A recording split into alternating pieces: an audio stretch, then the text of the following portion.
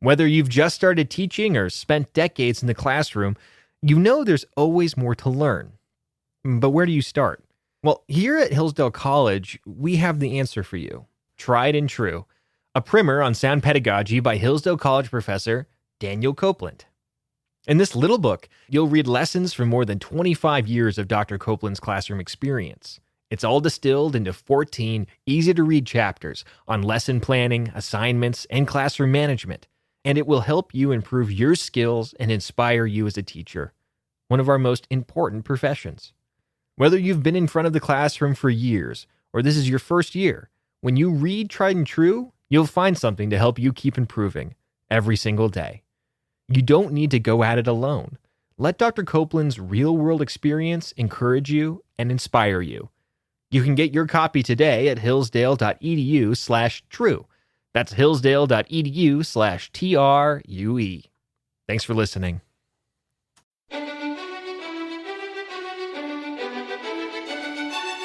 Welcome to the Hillsdale College K-12 Classical Education Podcast, bringing you insight into classical education and its unique emphasis on human virtue and moral character, responsible citizenship, content-rich curricula, and teacher-led classrooms. Now your host, Scot Bertram. Thanks for listening. The Hillsdale College K-12 Classical Education Podcast is part of the Hillsdale College Podcast Network. More episodes at podcast.hillsdale.edu or wherever you find your audio. You also can find more information on topics and ideas discussed on this show at our website, k12.hillsdale.edu. We're joined today by Dr. Dwight Lindley. He is Barbara Longway Briggs Chair of English Literature and Associate Professor of English at Hillsdale College. Dr. Lindley, thanks so much for joining us. Thank you. My pleasure to be here, Scott. We talked today about Charles Dickens' A Christmas Carol, a little about the work, a little about how you teach it, and perhaps it can be interpreted. And it comes in the wake of a new Hillsdale online course, which people can find at online.hillsdale.edu. You can pre-register as of November 14th. It is open for general viewing and general registration as of December 5th. And that's at online.hillsdale.edu. Charles Dickens' A Christmas Carol. Let's start with a little personal, meaning what was your introduction to this story, if you recall, and what compels you to keep returning to it, either as a reader, as a professor, or here as a teacher for our online course? Good question. I definitely saw some film version of it before I read it. I don't even really recall what it was. It may have been the mid-century animated version. What year that was, I don't know. I feel like it was the late 60s or early 70s. I sort of feel like that was the first. Whatever the case, I saw actually a few film versions of it before I ever read it, which is probably the case of many of us. Sure.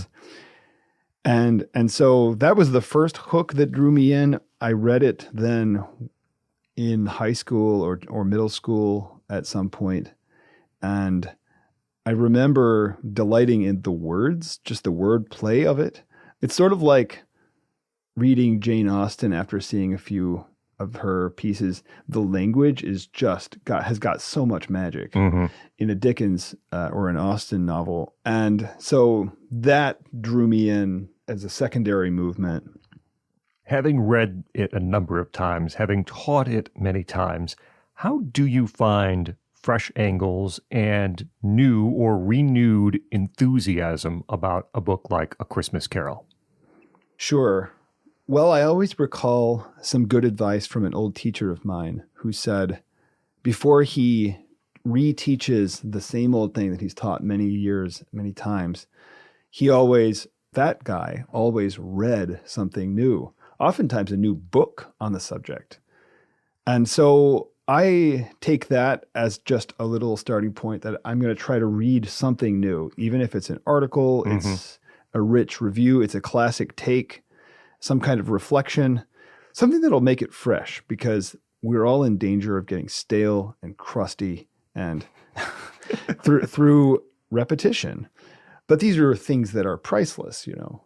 So with A Christmas Carol, some of what I've done over the years is I'll read a period response. There are a lot of people who wrote things about it right there in the middle of the 19th century. Mm-hmm. Those are often well written and interesting and fresh to us because they saw different things than we tend to see now.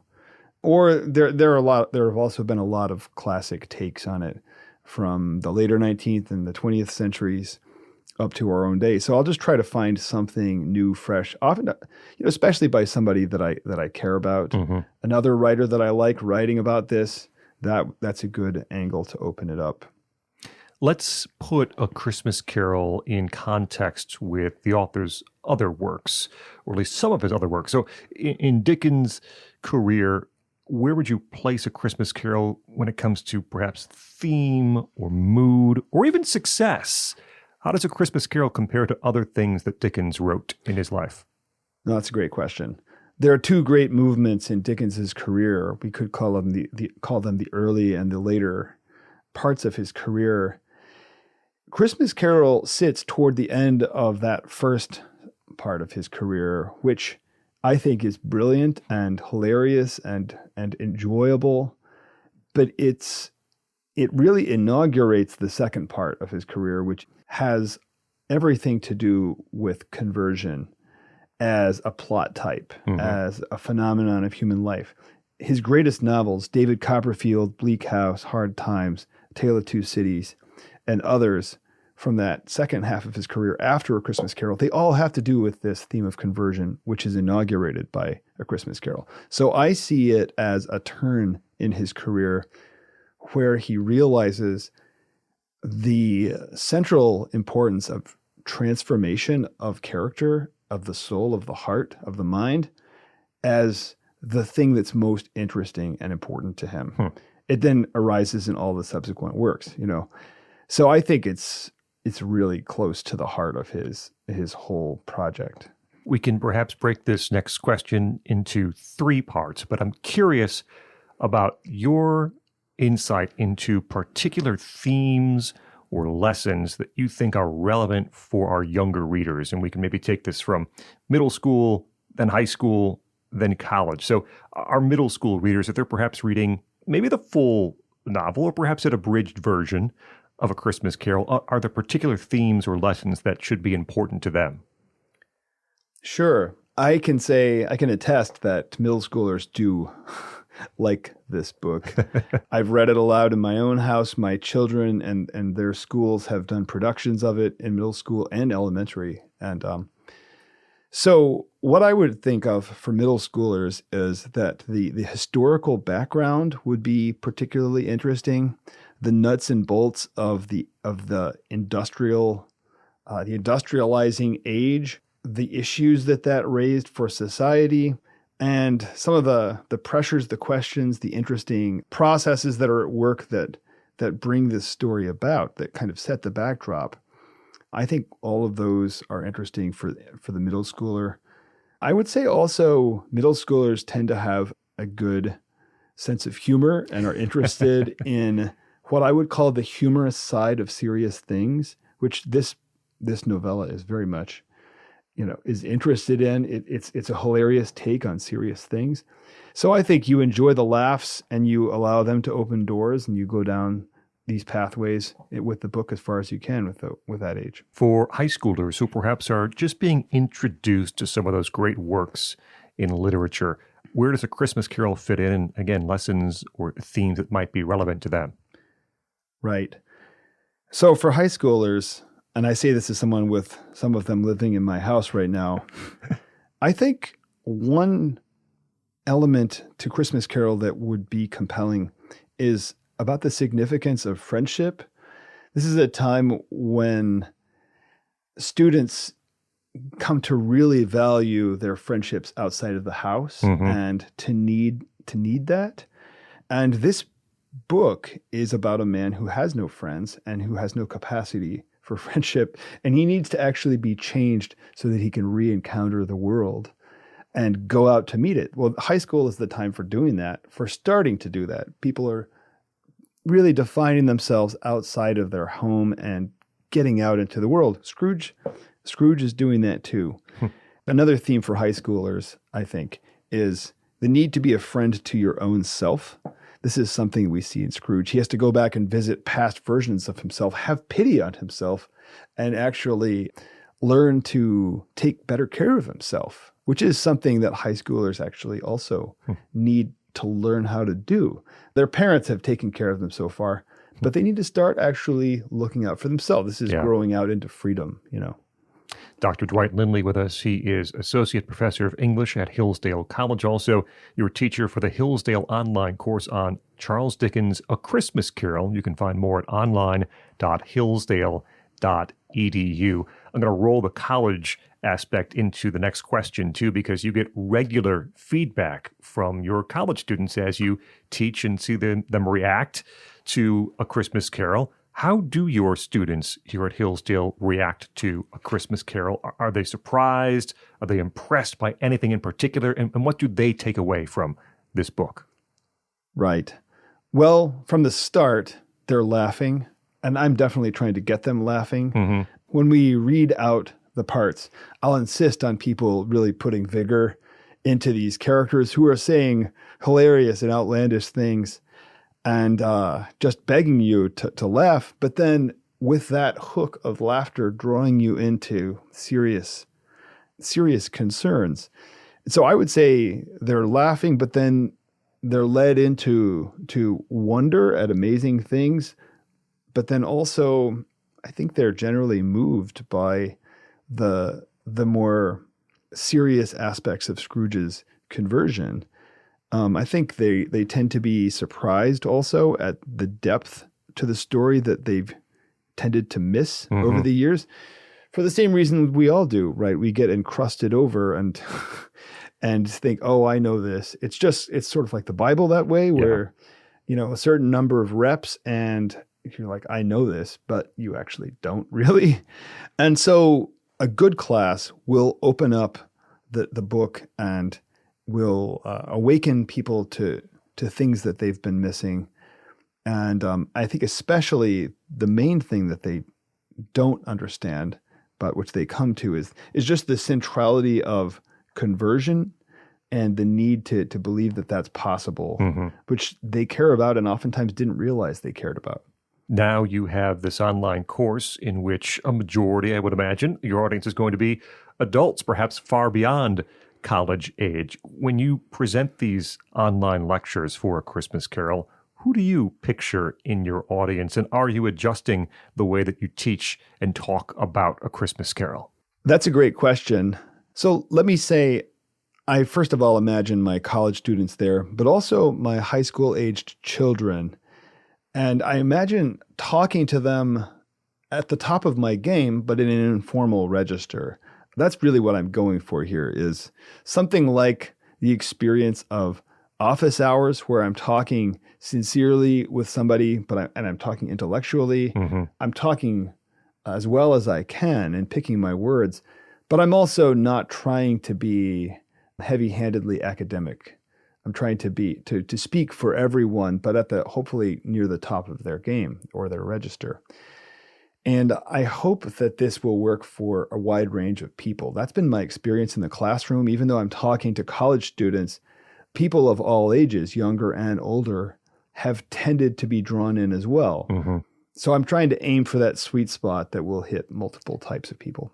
This story in A Christmas Carol is a Christmas tradition for many families, whether they go to see it performed in a play setting, they watch a particular movie adaptation, or perhaps an annual reading or recitation in a family. Is there value in that annual tradition? Is there value in sort of this communal recitation among a group of people?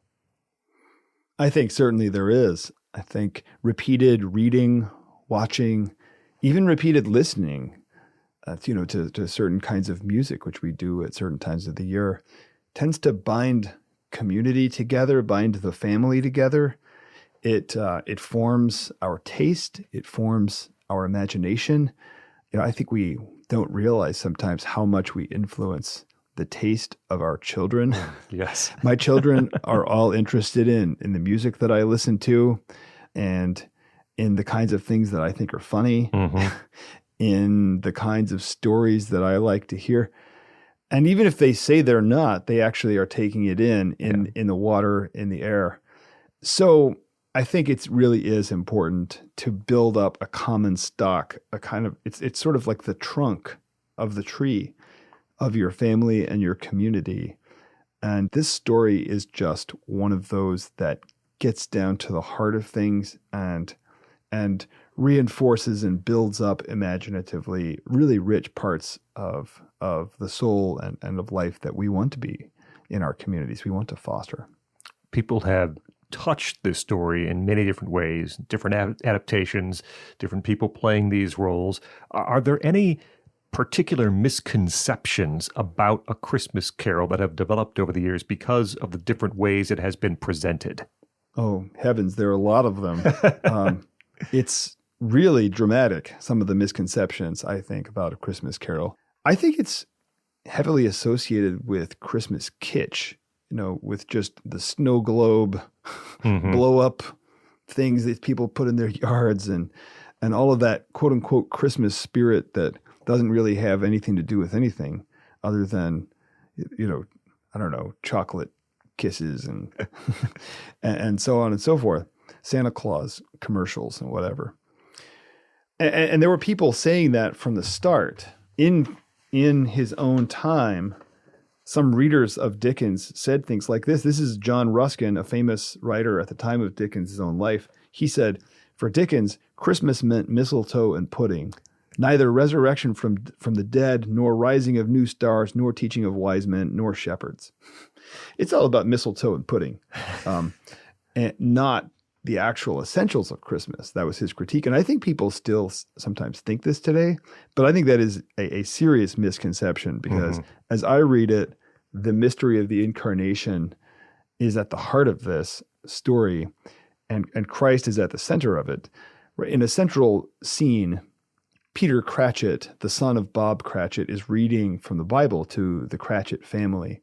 And he reads just one verse, which is, and he took a little child and placed him in the middle of them, right? Which is Christ putting a child in the midst of his apostles. And then it trails off and the text says, Scrooge wondered what came next. Well, a biblically literate society would know that what came next is he took a little child, put him in the midst of these and said, whatever you do to the least of these, whoever receives this one receives me. So that implied verse, which is signaled at and hinted at delicately, gets to the heart of this, which is all of the least of these, which come up in this story. It's filled with widows and orphans and hurt people and marginalized people. All those people who come into your life, that's God coming to you, which is the secret of Christmas, is God coming into the world. So I think that is the main misconception about Christmas Carol. It comes up every year in writing and elsewhere, and that's one of the main things I want to address in this series. So a final question for Dr. Dwight Lindley about A Christmas Carol, and it does have to do with those movie adaptations and interpretations. So there are so many out there. Is there one in particular in which you think an actor has captured this character of Ebenezer Scrooge the best? And is there one adaptation on the whole that perhaps comes closest to capturing the intentions of Charles Dickens? Short answer is no. I'm just not a huge... Well, there's room for someone out there to do so, right? I'm not a huge believer in the one adaptation to rule them all and in the darkness bind them. I think there have been a number of excellent ones. And I think that each one has opened up different aspects of the story in different ways. There have been, of course, bad ones too. Now, that said, I do think we should maybe give pride of place to the 1951 British version starring Alistair Sim, which I think is an excellent version. It's funny. I think it brings out the childlikeness that Scrooge discovers in a really beautiful way. That's one of my favorites. I mean, I also like the Bill Murray version, Scrooged from 1988, which you probably recall. And my children love the the Muppets version too. I don't think we have to choose between these. You should choose, however, to take the online course with Dr. Dwight Lindley, who is Barbara Longway-Briggs Chair of English Literature and Associate Professor of English at Hillsdale College. He's your teacher for Charles Dickens' A Christmas Carol at online.hillsdale.edu. Pre-registration is open as of November 14th, and general release is December 5th. Dr. Dwight Lindley, thanks so much for joining us here on the Hillsdale College K-12 Classical Education Podcast. Thanks so much, Scott. I'm Scot Bertram. We invite you to like us on Facebook. Search for Hillsdale College K-12 Classical Education. You also can follow us on Instagram at Hillsdale_K-12. Hillsdale_K-12 on Instagram. Thank you for listening to the Hillsdale College K-12 Classical Education Podcast, part of the Hillsdale College Podcast Network. More episodes at podcast.hillsdale.edu or wherever you find your audio.